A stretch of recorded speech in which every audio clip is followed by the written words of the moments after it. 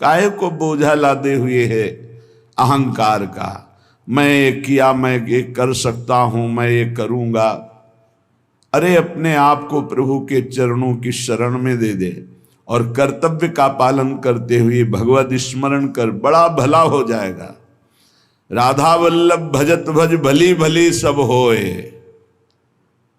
जितना भला है वो सब भगवान के भजन में है। अगर भजन नहीं किया तो भला नहीं हो सकता। काहे को बोझा लादे है चिंता का, अब आगे क्या होगा? वही होगा जो मंगल भवन रचे हैं। बिल्कुल विश्वास करो। सुनो भरत भावी प्रबल बिलख कहो मुनिनाथ, हान लाभ जीवन मरण जस अपजस विधिहात। जो विधना ने लिख दिया छठी राव के अंक, राय घटे न तिल बढ़े रहुरे जीव निसंग। क्या चिंता करनी? चिंतन करो। तुम्हारी ये चिंता, भय, शोक, दुख ये तभी भागेंगे जैसे जैसे श्यामाजू का चिंतन करोगे, जैसे जैसे परमार्थ में आगे कदम बढ़ाओगे। तुम निश्चिंत हो जाओगे, निर्भय हो जाओगे, निशोक हो जाओगे। उदासीन जग में रहे।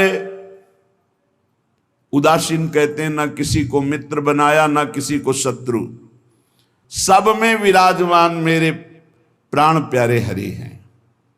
ये क्रूरा अपि पापिनो न च सताम संभास सदृश्याश्चये सर्वान वस्तुतया निरीक्ष परम स्वाराध्य बुद्धिर्मम। ये मेरे आचार्य का आदेश है। जो क्रूर हैं, पापी हैं, दुष्ट हैं, नीच हैं, वो तुम्हें दिखाई दे रहे। मेरी दृष्टि में आराध्य देव श्री राधा वल्लभ लाल, श्री कृष्णचंद्र जी सबके हृदय मंदिर में हम परमात्मा देखने के लिए चले हैं, ना कि क्रूर, पापी, दुष्ट, निंदक देखने के लिए चले हैं। हम साधना कर रहे हैं सब में परमात्मा का अनुभव करने के लिए। जड़ चैतन्य कछु नहीं दिखे, जहां दिखे तहां श्याम खड़े। ये सिद्धि है, ये साधना की परिपक्व अवस्था है कि अपने इष्ट को वासुदेवा स्वरमिति सा महात्मा सुदुर्लभा। हम उस मार्ग के पथिक हैं। सत्संग सुने तो बहुत सावधान होकर सुने। एक एक शब्द रहस्यपूर्ण होता है। भैया चाहे हीटर गर्म करे, चाहे फ्रिज ठंडा करे, चाहे एसी ठंडा वातावरण कर दे या हीटर गर्म वातावरण कर दे, बिजली दोनों में एक ही है। जो देखने वाला है कि हीटर का कारण बिजली, तो कूलर का कारण बिजली, फ्रिज का कारण बिजली, एसी का कारण बिजली, वो केवल बिजली देख रहा है कि इन यंत्रों में चलने की सामर्थ्य नहीं, ये बिजली से चल रहा है। लेकिन उस यंत्र का प्रभाव है कि वो गर्मी फेंकता है, उस यंत्र का प्रभाव शीतलता फेंकता है, पर दोनों का कारण बिजली है। ऐसे ही इस जड़ चैतन्य में, इस सत असत में, इस उच्च और नीच में, महात्मा और दुरात्मा में क्रियाएं जमीन आसमान का अंतर। पर साधक क्रिया दर्शन नहीं करता, साधक कारण तत्व को देखता है। तो कारण श्री हरिवंश भनम, कारण परम तत्व वही है, दूसरा नहीं। तुम्हारी दृष्टि स्थूल को देख रही है, शरीर और क्रियाओं को देख रही है, और संत और साधक भगवत मार्ग के पथिक उस तत्व का दर्शन करने निकले, तभी उन्हें तत्वदर्शी महात्मा कहा जाता है। इसीलिए अनाधिकारी संतों के वचनों का गूढ़ रहस्य न जानकर वो मनमानी आरोप थोप करके उनकी निंदा करके नरकगामी होता है। तो कह रहे हैं उदासीन जग में रहो। तुमसे कोई मित्रता का व्यवहार करे तो जय जय, और शत्रुता का व्यवहार करे तो जय जय, क्योंकि उसकी मति है। लेकिन मित्र और शत्रु व्यवहार है, लेकिन परमार्थ में नहीं। परमार्थ में वही परमात्म तत्व उसके हृदय में बैठा है, वही परमात्म तत्व मित्र के हृदय में बैठा है। सबके हित की, सबका मंगल, ये परमार्थ के पथिक। ऐसे पापी से आपको बात नहीं करनी चाहिए, आपके यहां नहीं आना चाहिए। कौन पापी है? पापी कौन है? हमारी समझ में पापी उसे तुम कहते हो जो भूल गया है, अपने स्वरूप को भूल गया, भगवान का विस्मरण हो गया, वही माया के गर्त में गिर गया। तो हम लोगों का कार्य क्या है? भूले हुए को स्मृति प्रदान करना। ये जो ज्ञान है ये स्मृति प्रदान करता है। नष्टो मोहा स्मृति लब्धा तत्प्रसादान मयाच्युता। तो तो संतों के हृदय में बैठ के कौन बोलते हैं? गोविंद ही तो बोलते हैं। तो गोविंद की वाणी क्या करती? नष्टो मोहा, मोह का नाश करके और भगवत स्मृति जागृत कर दे। पापी से घृणा मत करो, उसका पाप दूर हो जाएगा तो महात्मा हो जाएगा।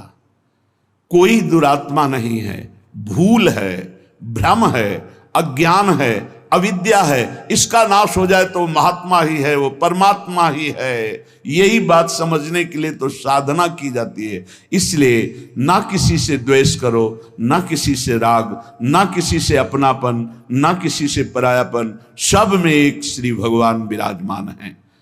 ये सारा संसार स्वयं श्याम सुंदर बने हुए हैं। मत्ता परतरम नान्यत किंचिदस्ति धनंजय, हे अर्जुन मेरे सिवा कुछ नहीं है, मैं ही मैं हूं।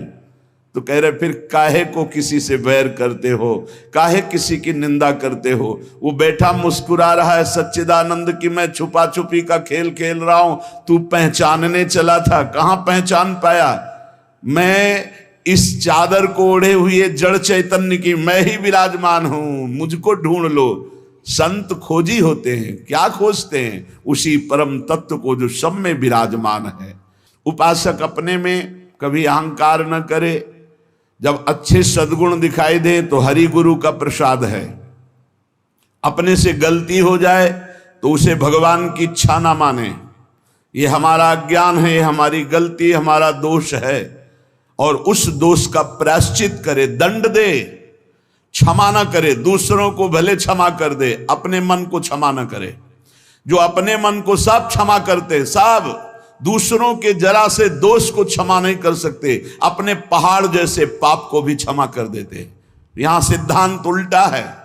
परमार्थ का पथिक अपने राय भर के भी दोष को पहाड़ के समान मानकर उसका प्रायश्चित करता है, और दूसरे के पहाड़ के समान दोष को भी राय के समान भी नहीं मानता है। ये परमार्थ के पथिक का स्वभाव होता है। हमारे से अच्छा बन गया श्री गुरुदेव की कृपा, श्री लाडली जी की कृपा। बुरा हो गया ये मेरी गलती, मेरी वासना है, ये मेरा अहंकार है कहीं जो मेरे से गलती करवा दिया। यही बात गोस्वामी तुलसीदास जी कहते हैं। सच्चा साधक कभी क्षमा नहीं करता अपने को, उसको प्रायश्चित गुरुजनों से मिलकर निश्चित करता है। जाओ इतने दिन व्रत रहो, परिक्रमा लगाओ, ये सब दंड मन को मिल रहा है, मन निर्मल होगा। अपने पापों को तो प्रायश्चित नहीं करते, दूसरे की जरा सी गलती को पहाड़ जैसा वर्णन कर देते। ये भगवान के दास नहीं होते, ये भगवत विमुख जन होते हैं। अगर आपके साथ कोई व्यवहार अनुकूल कर रहा है या प्रतिकूल, तो आप क्रिया को मत देखो, अनुकूल प्रतिकूल, कारण तत्व को देखो। हृदय में बैठा हुआ और प्रेरक रघुवंश विभूषण भगवान प्रेरणा कर रहा है। क्यों?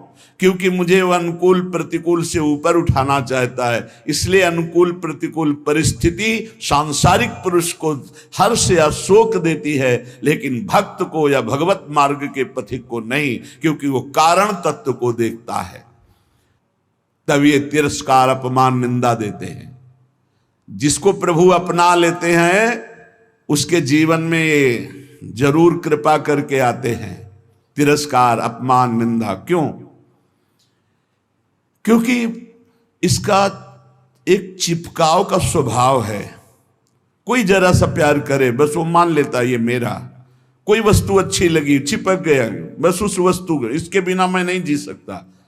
जो वस्तु, व्यक्ति, स्थान के प्रति ममता है, आसक्ति है, लगाव है, ये तिरस्कार, अपमान और निंदा के द्वारा दूर होता है। जब निंदा हुई, तिरस्कार हुआ, अपमान हुआ, जैसे बिल्वमंगल जी का तिरस्कार कर दिया, कट वचन बोले चिंतामणि ने, तो भगवान की तरफ कदम बढ़े। नहीं, जीव का जो मन है वो चिपकू स्वभाव का है, वो आसक्ति, वो ममता, वो राग कर लेता है। जरा सा बोल दे, जरा सा अनुकूल हो जाए तो वो उसी में राजी हो जाता है कि ये मेरा है। प्रभु ऐसा होने नहीं देते, बड़े कृपालु हैं, अपने जन को फंसने नहीं देते। इसलिए वहां से प्रतिकूलता दिलाते हैं, तिरस्कार दिलाते हैं, कटुवचन दिलाते हैं, तो वो फिर चैतन्य होता है। अरे नहीं, इस जगत में कोई नहीं, हरि के सिवा मेरा कोई, फिर हरि की तरफ भागता है। तो कह रहे कि ऐसी भगवान की अहेतुकी कृपा है कि जब जीव को भगवान अपनाते हैं तो तिरस्कार, अपमान, निंदा देते हैं। घबराओ मत, उतना ही देंगे जितने में तुम परिपक्व हो जाओगे। तुम्हारा पतन नहीं हो सकता। तुम इतना दुखी नहीं हो सकते कि परमार्थ छूट जाए। ए भाई, जिनको मिल गया हो तो छोड़ना मत कि पड़ोसी ठीक नहीं है, व्यवस्था ठीक नहीं है, कोई सेवा करने वाला नहीं।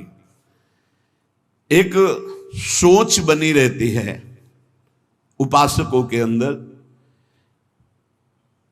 बहुत पहले की बात है और अब भी वर्तमान में कुछ साधकों में हो सकती है। उसके निवारण के लिए हम प्रार्थना करते हैं। एक बार एक साधक ने कहा कि महाराज जी, आप हो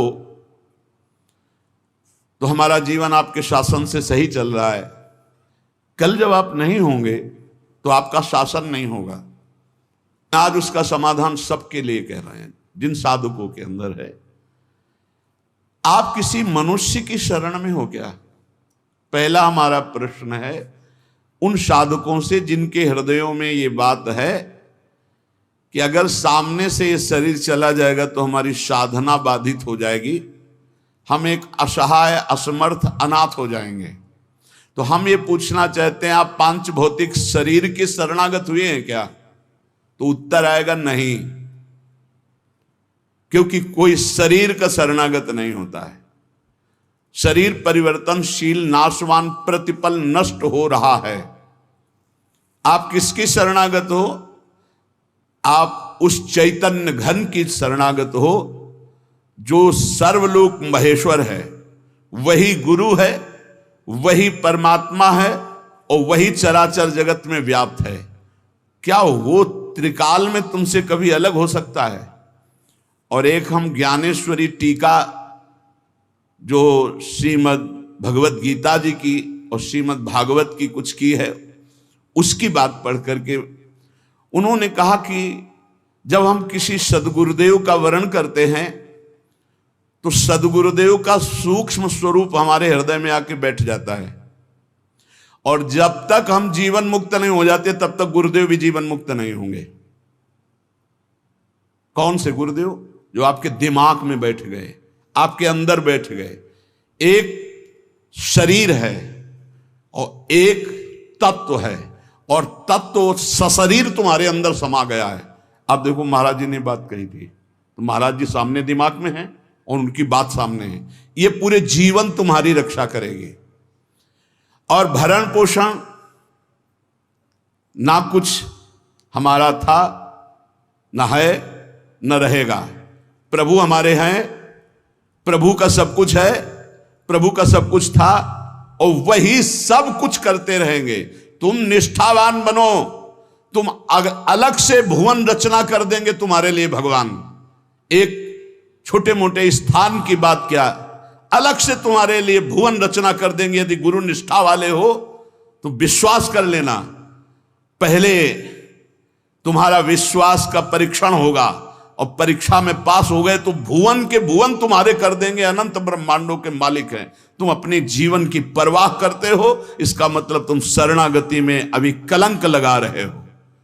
मेरा प्रभु बचपन से कह रहा हूं, इसीलिए बोल देता हूं, यह अहंकार बना ही रहेगा। बचपन से हम जिनकी शरण में, उनके दुलार को आज तक देखते रहे। कोई एक साथी नहीं रहा कि हमें 10 कदम भी हाथ पकड़ कर चला दे।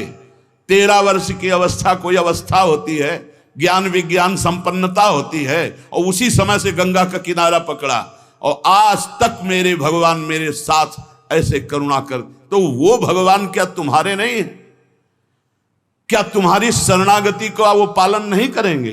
फिर ये प्रश्न क्यों हो जाता है मुझे किसने संभाला बचपन से अभी तक? किसने संभाला? कोई विश्व में ऐसा नहीं कह सकता कि 10 वर्ष हमने संभाला, एक दिन भी नहीं। वही परम गुरु, गुरुदेव का रूप। गुरुदेव तो बाद में मिले हैं, घर से तो उसने पहले निकाला। सूक्ष्मता से देखिए, उस जगत गुरु ने घर से निकाला वैराग्य दिला के, उस जगत गुरु ने भ्रमण कराया, फिर गुरु रूप से मिले, फिर हमको सतमार्ग में चलाया, फिर अंतर ध्यान हो गए, फिर सदगुरु रूप से आगे मिले, फिर पला, फिर सदगुरु रूप से आगे, वो आगे आगे बढ़ता चला जा रहा है। वही परमात्मा तत्व, वो क्या तुम्हारा नहीं है? तुम निर्भय निश्चिंत नहीं? अरे तुम शरणागत हो, चल के तो दिखा एक कदम विपरीत। अगर थोड़ी भी शरणागत हो गए तो एक कदम तो विपरीत नहीं चल सकता जीवन में, यदि शरणागत है। और जो शरणागत है तो माया मां की तरह दुलार करती है, मां की तरह। हमारी बात को समझ लेना, माया उनको विघ्न डालती है जो सूरवीर हो करके माया को जीतना चाहते हैं, और जो माया को मां मानते हैं, मां की तरह दुलार करती हो, भगवान को प्राप्त हो जाते। माया कभी बाधा नहीं पहुंचाती। इसीलिए हरिदासों में कहीं भी माया का प्रभाव नहीं देखा जाता। वो तब होगा जब कीन हो इस कबहू अभिमाना, शोक होवन चा कृपा निधाना। अगर अभिमान रहित होकर दैन्य भगवान की शरण में, तो माया है ही नहीं, वो मां है। देखो सियाजू के लिए क्या कह रहे हैं रघुनाथ जी मनु जी से, आदि शक्ति जय जग उपजाया सो अवतरी मोरिया माया। वही हमारी जननी है, वही हमारे सर्वस्व हैं, वो पालन पोषण